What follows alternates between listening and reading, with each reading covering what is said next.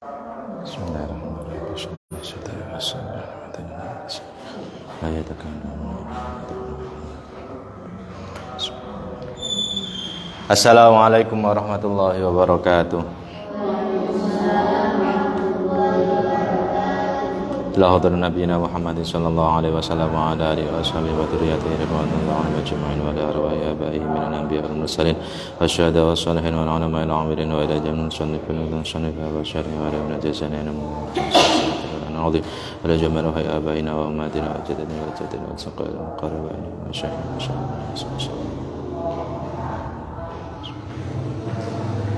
الفاتحة.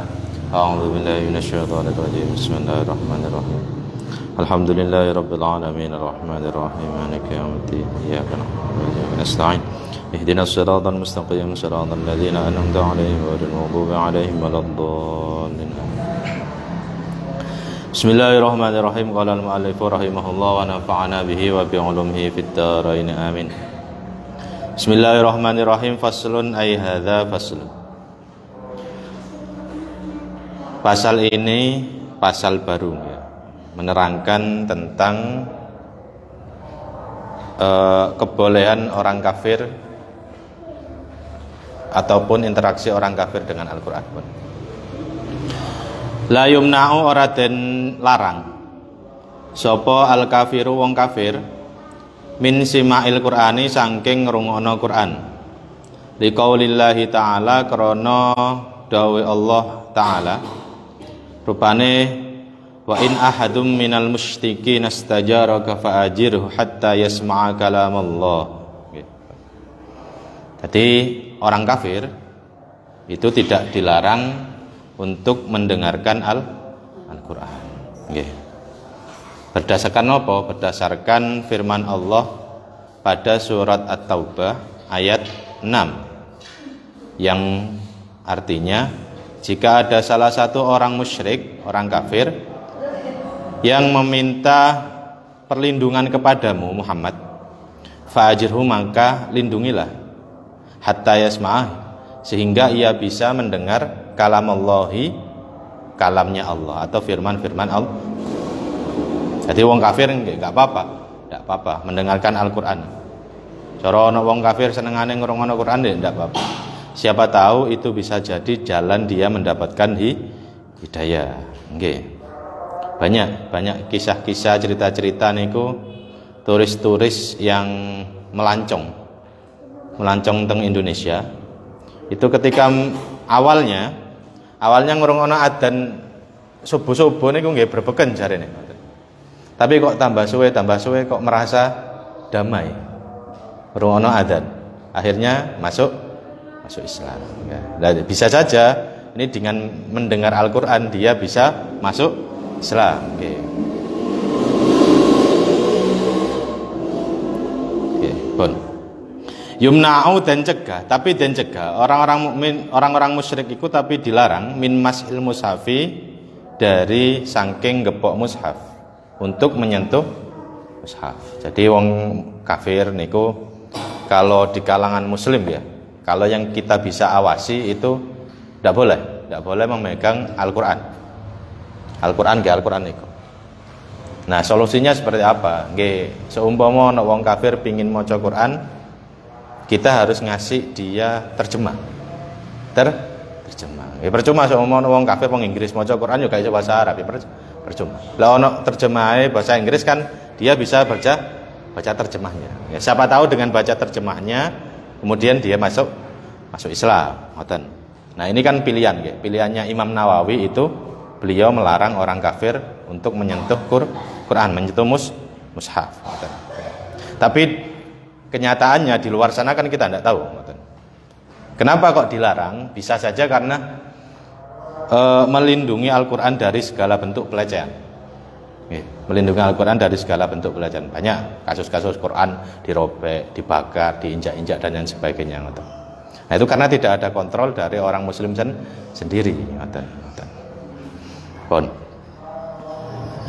Wal yajuzu balik tetapi ini wenang apa ta'limuhu mulang kafir Al-Qur'ana apa ta wenang ta'limuhu mulang kafir Al-Qur'ana ing Al-Qur'an. Kala ngucap sapa ashabuna Ingka lamun ono apa kelakuan iku layur ja ora kena den arep-arep apa islamuhu islami kafir lam yajus mongko ora wenang apa taklimuhu wa in rujia mongko lamun den arep-arep apa islamuhu islame kafir fa fihi mongko iku tetep ing dalem roja utawa taklim wajhani utawi wajah loro asahuhuma utawi kang luweh sah saulai bener-bener wajhani iku yajus wenang rojaan krana ngarep-ngarep li islamihi marang islami kafir wathani utawi kang kaping pindho iku laya juzu ora wenang kama laya juzu kaya oleh ora wenang apa baiun mushafi ngedol mushaf minhu marang kafir wa in rujia sanajan to den arep-arep apa islamuhu islame kafir ngoten pun kemudian apakah boleh mengajarkan orang kafir niku Quran nah teng mriki Imam Nawawi mengatakan ada dua pendapat kalau orang kafir tersebut potensinya masuk Islam maka boleh diajarkan Al-Quran. Kalau tidak ada potensinya maka tidak boleh. Nah pendapat ini yang benar yang awal. Kalau diharapkan di berpotensi ia masuk Islam maka boleh untuk mengajarkan Al-Quran. Tapi ingat, kalau kita berkaca kepada sejarah, ketika Al-Quran turun, yang mendengar Quran, yang diajarkan Quran, yang disampaikan Al-Quran oleh Nabi sinten? Orang-orang kafir Mekah. Orang-orang kafir. Jadi Kanjeng Nabi murid Quran orang-orang kafir agar mereka tahu Quran kemudian iman dan masuk Islam. Nah, tapi zaman sekarang mencari sosok yang bisa mengajarkan orang kafir untuk masuk Islam itu yang sulitan. Harus orang-orang yang memang benar-benar ahli. Yang benar-benar ahli. Engko awak dhewe takoni wong kafir gak iso jawab kan dhek gak sida kok mlebu Islam. Nggih. Nah, tapi yang jelas tetap mengajarkan Al-Qur'an kepada orang kafir niku hukumnya boleh. Kula kuliah teng UIN S2 teng Jogja niku banyak mahasiswa yang kebetulan non muslim itu belajar tentang ulumul Quran, ilmu-ilmu tentang Quran di Jogja. Ada, ya tidak banyak sih, tapi ada. Nah itu boleh. Ya itu dengan kebolehan itu yang diharapkan satu agar ia masuk Islam, kemudian selain itu bisa memperbaiki cara pandang dia terhadap Islam. Karena rata-rata orang kafir, orang Barat itu memandang Islam dari berita yang diciptakan oleh orang Barat sendiri yang mencitrakan Islam itu teroris, Quran itu kitab teroris dan yang lain sebagainya. Kalau kita baca, intinya tidak apa-apa. Terus wa amma idza ra'ainahu, anapun tatkalane lamun nyento, anapun tatkalane ningali sapa kita ing kafir ya ta'allamu hale belajar sapa kafir fahal yumna mongko apa to den larang sapa kafir minhu saking ta'allum fihi tetep ing dalem napa jenenge sipi jawaban wajhane utawi wajah loro nggih. Jadi ketika ada orang yang belajar ya tetap pilihannya satu niku. Napa? Pilihannya dua, boleh dan tidak boleh. Kalau dia tujuan belajarnya Al-Qur'an untuk memang menyerang Islam, ya secara zahir memang tidak boleh, kita harus larang. Tapi bisa saja orang yang di awal banyak peneliti orang-orang yang awalnya memusuhi Islam, dia mencari-cari ayat-ayat Quran untuk dicari kesalahannya, kok dilalah malah dapat hidayah. Banyak kisah-kisah seperti itu banyak. Jadi menurut Imam Nawawi ya tetap yang boleh, yang sahih itu bolehnya orang kafir belajar, bolehnya orang kafir diajar. Apa dia? Ya diajar no. Diajari ya. Coba diajar. Ya ada dikepru ingat. Orang kafir boleh mendengar Quran, orang kafir boleh belajar Al-Quran, orang kafir boleh diajari Al-Quran. Nggih. Soalnya nggih itu fakta sejarahnya umat Kanjeng Nabi awal ya orang-orang kafir ngoten, orang-orang kafir ngoten. Pun. Faslun. Ikhtalafa al ulama, beda sapa ulama fi kitabatil Qur'an ing dalam nulis Qur'an fi inain ing dalam banyu. Nah iki senengane wong Jawa niki. Tsumma yagsilu nuli mbasuh. Wa yasqahu lan ngombe ing kitabatul Qur'an sapa al maridu wong kang loro nggih. Jadi ulama berbeda pendapat tentang kebolehan ayat Al-Qur'an ditulis di sebuah wadah kemudian dibasuh, kemudian diminum oleh orang yang sakit. Nggih. Orang yang sakit. Iki anu iki. Monggo ajeng dukun enggak apa-apa niki. Nggih. Nggih. Jadi orang dulu kan ngoten.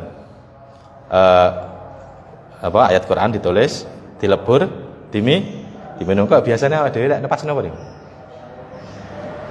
Napa niku? Nggih rebo bekasan. Niku nulis salam qaulam pira-pira nggih salam-salam niku ya. Nggih, ngoten. Pun teng mriki ada perbedaan ulama antara kebolehan ini. Faqala mengucap sapa Al-Hasan wa Mujahidun wa Abu Kilabah wal Auza'i la ba'sa bihi, ngoten. Imam Hasan, Mujahid, Abu Kilabah dan Imam Auza'i mengatakan tidak apa-apa, la ba'sa bihi. Ora ono bahaya iku maujud bihi kelawan kitabatul Quran, tidak apa-apa. Wa karahahu lan ndak seneng hu ing niku jenenge ritual mang sapa An-Nakhai, Imam An-Nakhai. Nggih, pun. Mayoritas ulama tidak apa-apa ngoten. 4 niki Imam Al Hasan, Mujahid, Abu Kilabah dan Imam Auza'i mengatakan tidak apa-apa, ngoten tidak apa-apa. Dan nah jenengan yes monggo lek kajenge kate nyoba nulis dhewe ya apa-apa ngoten. Tapi nggih spidole ojo sing tebel-tebel. Engko banyune rasa spidol. Nggih spidol sing cilik ae. Ojo spidol gede sing niku. Ya nggih. Iya. Lah iku krasa niku temenan. Krasa niku. Nggih. Yes napa yes ayat contoh gampangane lek awak kula sing belajar niku nggih sing paling masyhur nggih niku pas napa pembukaan niku salam qalam mirrahim ila akhirih niku sampai napa salam napa al-fajr nggih al-qadar niku salamun hiya hatta matla'il fajar niku nggih. Al-Qadar niku. Lek sampean kajenge nulis nggih mboten napa-napa. Nulis bismillahirrahmanirrahim. Sampean grojok banyu terus diombe. Nggih. Tujuannya apa? Cek oleh barokah bismillahirrahmanirrahim. To nulis lek tiyang sing jarene lek pengin sakti. Iku ayat wa idza batashtum jabbarin. Ditulis mari ngono dilebur diombe. Dan tapi kula nggih boten nate ngamal. Boten nate ngamal. Jarene sakti ngoten. Sing sakti tapi sing gagal ya akeh ngoten.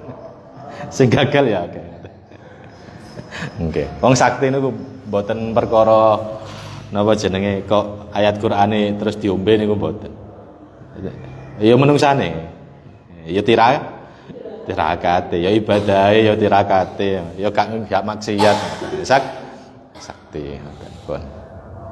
Kala ngucap sapa Al-Qadi Husain wal Baghawi lan Imam Baghawi wa ghairuhuma lan saliyane loro niku wau min ashabina sang ashab kita walau kutiba lamun den tulis apa Al-Qur'an alal halwa ing nase panganan manisan.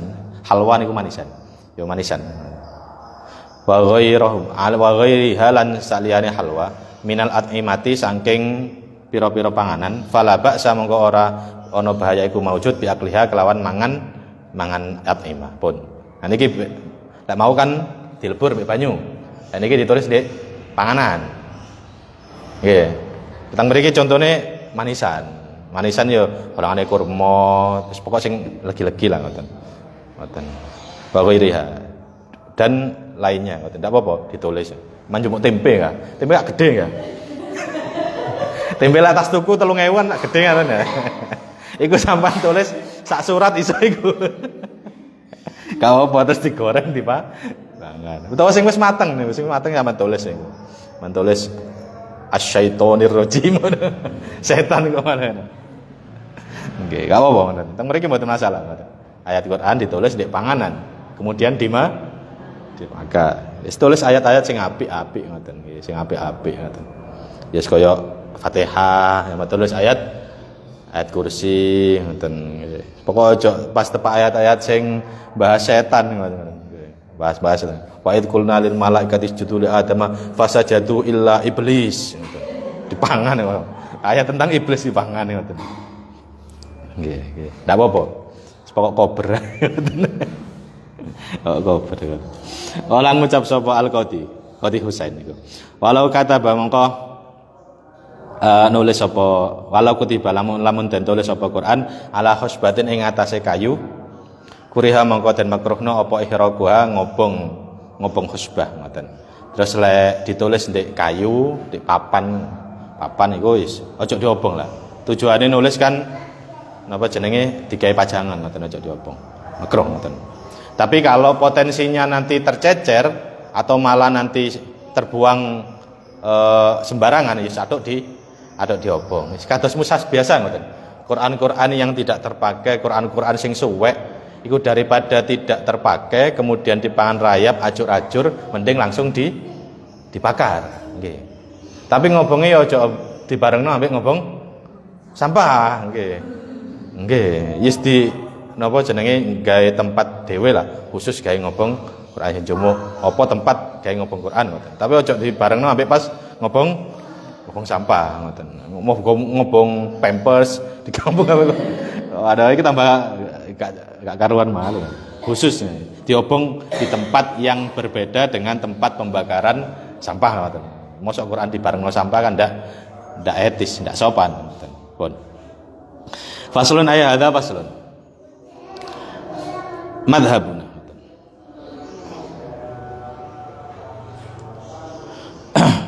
Annahu madhabun annahu yukrahu annahu sak temene kelakuan iku yukrahu dan makruhna apa naksul hitoni ngukir tembok wasiyabilan pakaian bil Qur'ani kelawan Al-Qur'an wa bi asma'illahi ta'ala lan kelawan asma-asmane Gusti Allah. Pun tembok-tembok omah, pakaian-pakaian niku makruh, nggih. Makruh untuk diukir dengan ayat-ayat Al-Qur'an atau dengan asma Allah. Napa? Nggih kadang lek tembok kan mergo ada ulama yang menghukumi apapun yang tertulis dengan ayat Al-Qur'an maka dihukumi seperti Al-Qur'an. Maka lek ngodek harus dengan keadaan suci. Nah sedangkan awak dhewe ngodek tembok kan yo sak-sake. Yo kadang tangi turu, mulai kerja, pas mari pipis dan yang lain sebagainya. Wedi kena najis. Dan pakaian juga seperti itu. Pakaian kok yo diumbah, ngoten diumbah yo kena najis dan yang lain sebagainya, ngoten. Jadi makruh. Tapi lek ditulisi napa Latin ngono ndak masalah, ngoten. Latin. Artine nggih. Artine Al-Qur'an mboten napa-napa. Lek lafate bahasa Arabe mboten angsal. Makruh atau nama-nama Allah, ngoten. Jadi sampean duwe klambi partai semua. Bagi kelambi partai tulisannya Partai Kesehatan Masyarakat PK apa? PKM ngoten. Kok sampean sablon diganti tulisi ngoten. Ditulisi lafat napa? Nggih, Allah ngoten. Dek kaose sampean ngoten. Ganteni tulisan napa jenenge niku wau? Tulisan partai niku. Makruh ngoten, makruh. Lek kajenge nulis ya tetap ditulis dengan bahasa Indonesia. Samaken kan kathah kaos-kaos niku sing tertulis di mburine Al-Baqarah, tapi pakai bahasa Indonesia ngoten. Mboten napa-napa ngoten. Aman lek gawe kaos terus gawe identitas kabeh. Semana wong 30 ngono. Kaose beda-beda, jenenge mburi ana Al-Fatihah, Al-Baqarah. Dadi kaos bal-balan niku jenenge surat-surat konoan niku. Nah ini kalau sebatas Latin tidak masalah pun. Kala ngucap sapa ato la baksa ora ana bahaya iku maujud bi kitabatil Quran kelawan nulis Quran fi qiblatil masjid ing dalem kiblahe masjid. Dadi lek masjid niku mboten masalah. Arah teng kiblate masjid niku mboten napa-napa. Tembok-temboke masjid nggih mboten masalah ngoten. Wa amma kitabatul hurufi anapun nulis pira-pira huruf minal Qur'ani sanging Qur'an. Faqala mangko ngucap sapa Malikun Imam Malik, la baksa ora ana bahaya iku maujud bi kelawan kitabatul huruf idza kana tatkalane ana apa kitabatul huruf iku fi qasbatin ing dalem batang au jildin utawa kulit wa khurizalan dajoko alaihi ing atase tulisan niku wau ngoten. Dadi ndak apa-apa nulis di huruf-huruf Quran kemudian ditulis di kulit kemudian disimpan. Biasanya gawe napa? Jimat. Nulis digawe jimat disimpen ngoten. Wa qala lan ngucap sapa ba'du ashabina sebagiane ashab kita idza kutiba tatkalane den tulis apa Quran fil hirzi ing dalam penyimpenan idza kataba tatkalane nulis sapa wong fil hirzi ing dalam penyimpenan Quranan ing Quran ma'a ghairihi ing dalam sakliyane Quran ing dalam sertane liyane Quran falaisa mengko ora ana apa niku jenenge si katbun iku biharamin haram ngoten. Nggih, jadi nulis tadi seperti tadi nggih. Kemudian disimpan tidak apa-apa, tidak haram. Walakinil aula balik tetapine kang den walakinil aula balik tetapine kang utama iku tarkuhu ninggal nulis. Likaunihi krana anane katbun krana anane napa niku jenenge nggih tulisan niku iku yuhmalu dan gawa fi halil hadathi ing dalem nalikane hadath nggih jimat ditulis teng jimat niku teng kalung terus disimpen digawe sing arek cilik niku ndamel kalung ya niku kirangan jerone tulisan napa mboten separap tulisan kadang ayat-ayat Quran niku nah niku boleh tapi kalau setidaknya kalau hadas atau kalau masuk ke tempat-tempat pemandian kamar mandi itu dilepas karena haram masuk kamar mandi dengan membawa lafaz-lafaz Quran atau asma-asma Allah pun nggih sampean junub gawe kalungan jimat sing ana lafaz Qurane kan aneh ngoten ya gak aneh haram ngoten haram pun wa idza kutiba lan tatkalane den tulis apa Al-Qur'anu yusanu mongko den reksa bima kelawan perkara kalahu kang ngendikake imam sapa imamu imam rupane Malikun Malik rahimahullah wa bihadza afta asy-Syaikh Abu Amr bin Shalah rahimahullah pun lah ancen ditulis lek awak dhewe maksa ditulis berarti juga harus dijaga ya dijaga dari segala bentuk kekotoran niku wau segala bentuk ketidaksopanan niku lah ancen niat nulis kemudian disimpen.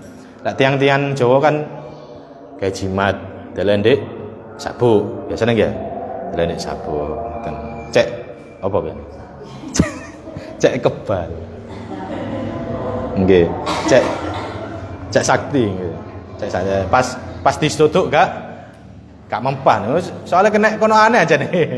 Kena sabuke sing ana isine niku ya gak mempan ngoten. Jajal kena dodoe ngono. Tapi yang mbok maneh. Tiang singan kan beda ambek wong saiki. Wong saiki kate macak sakti yo beset-beset temenan gitu. Tirakate gak ano, dijak tirakat gak gelem pengin sakti nggih. Pun ngoten. Niki pinjing mawon niki. Faslun fi nafthi ma'al Qur'ani li ruqyati. Pasal besok mawon menjelaskan tentang meniup meniup sesuatu dengan bacaan Quran untuk ruqyah. Kayak napa? Jambi-jambi. Benjing. Wallahu a'lam bishawab. Al-Fatihah.